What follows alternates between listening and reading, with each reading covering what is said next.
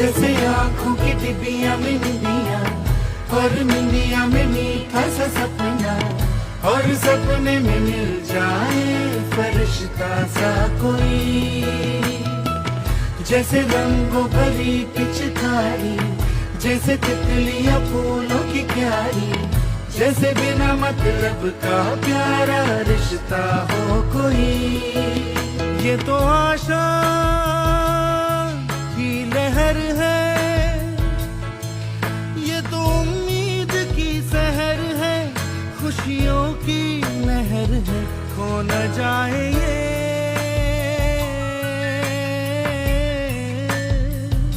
तारे ज़मीन पर। नमस्कार दर्शकों, ग्रैंड एशियन न्यूज में एक बार फिर आप सभी का स्वागत है। हाजिर हूँ आपके साथ एक ऐसी शख्सियत के साथ। मैं बात कर रही हूँ अयूब खान की, युवा कांग्रेस अध्यक्ष, पूर्व लोकसभा।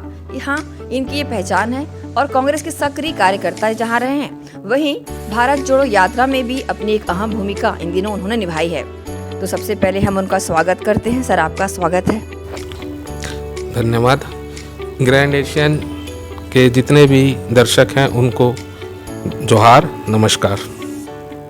सर, आपसे जानना चाहूँगी, अभी भारत जोड़ो यात्रा एक ऐसा मुद्दा है जिसमें काफ़ी लोगों को जुड़ते देखा जा रहा है और कांग्रेस की रीति नीति से प्रभावित लोग काफ़ी इस यात्रा से जुड़कर उस ओर रुख भी कर रहे हैं। इस यात्रा का कितना सकारात्मक असर पड़ रहा है, आप बताएंगे? भारत जोड़ो यात्रा की शुरुआत 7 सितंबर कन्याकुमारी से हुई थी और ये यात्रा कांग्रेस पार्टी के नेतागण तो सारे हैं ही साथ में, और पर यात्रा का जो उद्देश्य है, भारत जोड़ो यात्रा का जो मेन उद्देश्य, देश में जो आज जो माहौल बना हुआ है, एक दूसरे के खिलाफ आपस में जो भाईचारा बिगाड़ने की जो कोशिश की जा रही है, और जो महंगाई का वातावरण, महंगाई दिनों दिन बढ़ते जा रही है, जो बेरोजगारी है, इस यात्रा के माध्यम से कहीं कहीं इस यात्रा को मैं गैर राजनीतिक यात्रा भी मानता हूँ, क्योंकि इस यात्रा में बहुत से ऐसे शख्सियत शामिल हुए हैं राहुल गांधी जी को समर्थन देने के लिए, क्योंकि राहुल गांधी जी के नेतृत्व में यात्रा निकाली गई है। तो इसमें वहाँ के जो तमिल के चीफ मिनिस्टर स्टैलिन जी भी शुरुआत में वहाँ पे शामिल हुए थे। और ये यात्रा, भारत जोड़ो जो यात्रा है, ये इसका मूल मंत्र जन जागरण है। जो इस देश में जो हमारी जो देश की संस्कृति है, हमारी देश की संस्कृति में हम बचपन से पढ़ते आए हैं, अनेकता में एकता, भारत की विशेषता हमारे कई गीतों में है। तो उस संस्कृति को जब से 2014 से जो केंद्र में जो सरकार बैठी है, उनके कुछ ऐसे लोग हैं, उनका एक ग्रुप है, एक आर्मी है, जो किसी न किसी माध्यम से किसी न किसी विषयों पे समय समय पे रहते हुए एक अलग तरह का सा वातावरण बनाया जाता है।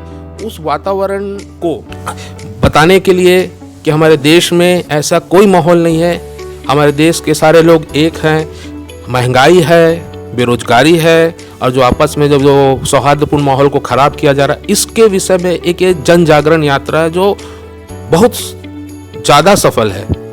इतनी सफल है कि किसी भी यात्रा को देखा जाएगा तो सफलता का मापदंड उस यात्रा का स्टार्ट देखा जाए। आपने स्टार्ट पॉइंट आप देखे, हजारों लोगों ने स्टार्ट में ज्वाइन किया। अभी यात्रा दिल्ली पहुंची है 24 तारीख को, तो भी हजारों लोग थे। और उस यात्रा में जो देश में जो एकता की विचारधारा पे, जो महंगाई, जो बेरोजगारी और ऐसे कई समस्याएं हो जिसके कारण जो प्रभावित हुए हैं, जिनको अच्छा नहीं लगा, वो सारे लोग शामिल हो रहे हैं।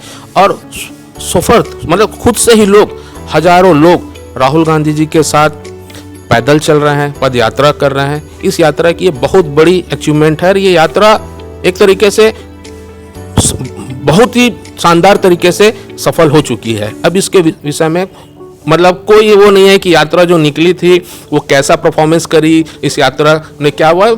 यात्रा लगभग 3670 किलोमीटर की यात्रा है, कन्याकुमारी से लेके श्रीनगर तक की।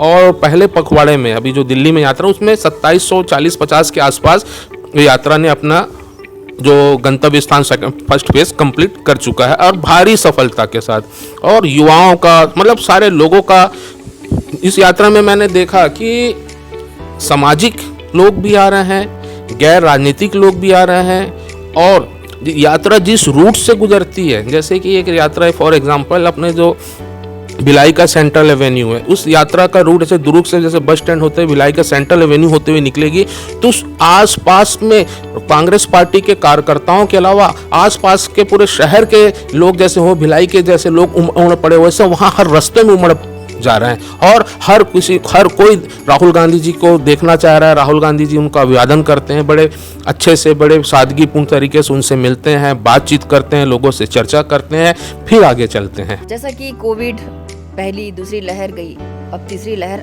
आने वाली है दस्तक, ऐसा माना जा रहा है। लोग इसको चुनावी स्टंट भी मान रहे हैं, क्योंकि जहां जहां राहुल गांधी की यात्रा जा रही है या जाने वाली है या जाएगी, या हो सकता है उनकी मुहिम और लगातार जारी रहे, कोविड को जोड़ करके इस यात्रा को रोकने की कोशिश की जा रही, ऐसा चर्चाओं का दौर है। क्या कहना चाहेंगे इस पे? मुझे भी ऐसे ही लगता है। अचानक जिस दिन वो क्या हमारे देश के जो स्वास्थ्य मंत्री हैं, उन्होंने राहुल जी को चिट्ठी लिखी कि यात्रा में विराम दो करके, उसी दिन से मैं सारे न्यूज़ चैनलों को देख रहा हूं तो भारत जोड़ो यात्रा रोक, मतलब भारत जोड़ो, और दूसरी तरफ चीन में महामारी फैली है। उसी दिन के बाद इतना तेज़ी से, मतलब ये हर न्यूज़ चैनलों में, राष्ट्रीय न्यूज़ चैनलों की बात कर रहा हूँ मैं, राष्ट्रीय न्यूज़ चैनलों में वो हर न्यूज़ चैनल में आप चीन में इतना परचम, तो एक तरीके से माहौल तो बनाया जा रहा है। अब इसकी सच्चाई क्या है थोड़ा सा समझना होगा कि वाकई में ये माहौल बनाया, क्रिएट किया जा रहा है, इस यात्रा को रोकने के लिए कोशिश की जा रही है। कोशिश तो की जरूर जा रही है, तो चाह ही नहीं रहे हैं कि यात्रा यहाँ से निकले, क्योंकि हमारा जो इसके बाद का जो 3 जनवरी से जो सेकंड फेज का जो यात्रा की शुरुआत है वो कश्मीर तक है, और वो भी बहुत सफल होगी। हमारी यात्रा ज़्यादातर जिन राज्यों में गुजरी है, उसमें अभी तक राजस्थान में ही हमारी सरकार है, और राजस्थान में सरकार है, बाकी 1-2 राज्यों में तमिल में हमारा समर्थन हासिल है। लेकिन बाकी राज्यों में हम लोगों ने जितनी जो यात्रा करते हुए आए हैं, उस यात्रा में जो खुद लोग इतना जोशो खरोश से उमड़े हैं, जो स्वागत सत्कार के स्वाभाविक है, जिस राज्यों में सरकार है वहाँ स्वागत सत्कार तो ज़्यादा अच्छा होगा, क्योंकि हमारे पार्टी के सर्वोच्च लीडर हैं, वो हमारे पार्टी की जान है वो, तो वहाँ पे सारे नेता अपनी जी जान। बाकी दूसरे राज्यों में जहाँ पर 2500 साल से कांग्रेस की सरकार नहीं थी, उन राज्यों में भी राहुल गांधी की जो भारत जोड़ो यात्रा, उसके लिए भी बहुत जोरदार जोश दिखा। कर्नाटक में तो मैंने देखा कि कर्नाटक में तो सुबह 5 बजे से लोग, आप कभी देखा होगा, कभी सुने होंगे कि सुबह 5 बजे यात्रा की तैयारी होती है, 6 बजे राहुल जी निकल लेते हैं। और फेसबुक लाइव देख लीजिए, अंधेरा रहता है फेसबुक में और व्हाट्सएप में, पूरा भारत जोड़ो के लाइव चलते रहते हैं सारे हमारे कांग्रेस के INC चैनल से, अंधेरा रहता है और बड़ी तादाद में लोग चलते रहते हैं, और रास्ते में फिर चलते रहते हैं, रास्ते में उनके स्वागत के लिए भी लोग खड़े रहते हैं। तो मतलब आप समझ सकते हैं इस यात्रा के मतलब लोगों के प्रति कितना रुझान है, और राहुल जी कितने पंचुअलिटी से इस यात्रा को पूरा कर रहे हैं। सवाल छत्तीसगढ़ से जुड़ा हुआ है। आगामी सालों में, आगामी दिनों में चुनाव होने हैं, इस यात्रा का कितना असर छत्तीसगढ़ के चुनाव पर पड़ेगा? भारत जोड़ो यात्रा का जो रूट है वो छत्तीसगढ़ से तो होकर गुजरा नहीं है। छत्तीसगढ़ के बहुत से लीडर, कांग्रेस के लीडर मध्य प्रदेश गए थे, और रहा बात छत्तीसगढ़ के चुनाव, तो छत्तीसगढ़ में तो बताने की क्या ज़रूरत है। हमारे मुख्यमंत्री को खुद नंबर 1 का अवार्ड मिला है, देश के नंबर 1 मुख्यमंत्री, और खुशहाल प्रदेश में भी नंबर 1 में मानता हूँ। आज आप देखो हर व्यक्ति यहाँ पे खुश है। आप किसान को देखो खुश है, व्यापारियों को देखो खुश है, उद्योगपतियों को देखो आप खुश है, मतलब युवा खुश है, रोजगार है, इतने सारी योजनाएं मुख्यमंत्री साहब, आदरणीय मुख्यमंत्री भूपेश बघेल जी ने इतनी योजनाएं जो छत्तीसगढ़ सरकार में लाई है, उसमें एक तरह का अलग सा एक वातावरण बन गया खुशी का माहौल। मतलब जो विपक्षी पार्टी है उनको एक स्पेस नहीं मिल रहा है कि हम किस विषय में चर्चा करें, तो सरकार तो बहुत अच्छा काम कर रही है। और 1-2 विषय में एक समय ऐसा भी आया जब मैं राहुल जी से मिला, तो मैं आदरणीय प्रदेश गवर्नमेंट के, मतलब मुख्यमंत्री के और छत्तीसगढ़ प्रदेश के सारे मंत्री विधायकों की प्रशंसा भी की। हमारे प्रदेश में कांग्रेस बहुत अच्छा काम कर रही है। तो मुझे ऐसा लगता है कि यहाँ पे तो आपको कोई बताने की ज़रूरत नहीं है। बीजेपी खुद मुद्दा विहीन है, वो कुछ भी छोटा मोटा कोई भी इशू को लेके उसको बड़ा बवाल बनाने की कोशिश करते रहते हैं, लेकिन सब जान रहे हैं कि जब किसान खुश, आदिवासी खुश, सर्वहारा वर्ग सुन, व्यापारी खुश, स्टूडेंट खुश, सबको कितनी सारी भर्तियां हो गई, कितने सारे आत्मानंद स्कूल खुल गए और कितने सारे रोजगार के संसाधनों का वो किया जा रहा है। तो आज छत्तीसगढ़ का वातावरण खुशहाल प्रदेश में भी ये नंबर 1 है। मुख्यमंत्री हमारे तो नंबर 1 है ही।